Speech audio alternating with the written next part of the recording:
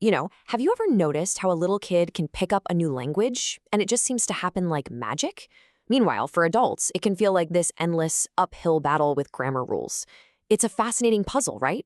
Well, today, we're going to try and unlock some of the secrets behind how we really learn a second language. I mean, this is the big question, isn't it? It's what we all wonder. A kid just seems to soak it up from the world around them. But as grown-ups, we're wrestling with apps and textbooks and classes. So what's really different? What is going on inside our minds and in our daily conversations that makes it so much harder? Well, believe it or not, there's a whole field of science dedicated to figuring that out. So, here's our plan. We'll start by setting up the puzzle itself. Then, we'll take a look inside the learner's mind from a psychological angle. After that, we'll see why talking to people is so important. Then, we'll uncover this kind of hidden, universal path that all learners seem to follow. And finally, we'll tie it all together and see what it all means for you. All right, first things first, we need to get our terms straight. The scientific field that actually studies this whole process has a name. It's called Second Language Acquisition, or just SLA for short. You can think of it as the science of the language learning journey. Okay, so the key thing to get here is that SLA isn't just about becoming fluent. It's not about the destination. It is obsessed with the journey. It's about scientifically tracking how someone's knowledge changes over time, day by day, week by week, and trying to pinpoint what exactly is causing that change. It's all about the process of learning. All right, let's start by looking inward. To really get a handle on language learning, you've got to understand the brain that's doing the learning, right? So this is where SLA teams up with psychology to ask, what's actually happening up there in our heads? And that question leads us to one of the biggest debates in this whole field. Is our brain somehow pre-wired for language? Like, is it a special built-in talent we're all born with? Or is learning a language basically the same as learning any other tough skill, like playing the guitar or getting good at chess? So these are the two big camps. On one side, you've got the language module view. The idea here is that our brains come with this special gadget, a universal grammar, and learning a language is just about flicking the right switches for, say, English or Japanese. On the other side, you have the general skill view. This says, nope, there's no special gadget. Learning a language just uses the same all-purpose brain functions, memory, pattern recognition, practice, that you'd use for anything else. So which one is it? Well, like with most things, the answer is probably somewhere in the middle. A lot of scientists now think we use a kind of dual mode system. We have this slow, careful, rule-based system that we use when we really need to be accurate and get a complex idea across. But then for just talking quickly and fluently, we rely on this other system that's all about memorized chunks and phrases. Things like how's it going or see you later.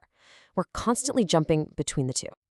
Okay, we've peeked inside the mind, but language doesn't happen in a vacuum, right? It's all about connecting with other people. So now we're going to zoom out and look at how SLA borrows from sociology to understand how we learn from each other. Now, this is where things get really, really interesting. For a long time, people thought the key was just to hear as much of the language as possible. Just immerse yourself in it. But it turns out it's not really about the sheer quantity of what you hear. It's about the quality of the conversations you're having. And this little conversation is the perfect example. So Hiroshi is trying his best to describe an animal, right? He's struggling. Now, Jane could have just ignored him or even corrected him harshly, but she doesn't. She works with him. That simple question, oh, squirrel, that is everything. That is a moment of working together to figure out the meaning. And in that one instant, Hiroshi's brain forges a super strong link between his effort and the right word. That's where the real learning happens. And this idea has a name. It's called the Zone of Proximal Development, or ZPD. Just think of it as the perfect sweet spot for learning.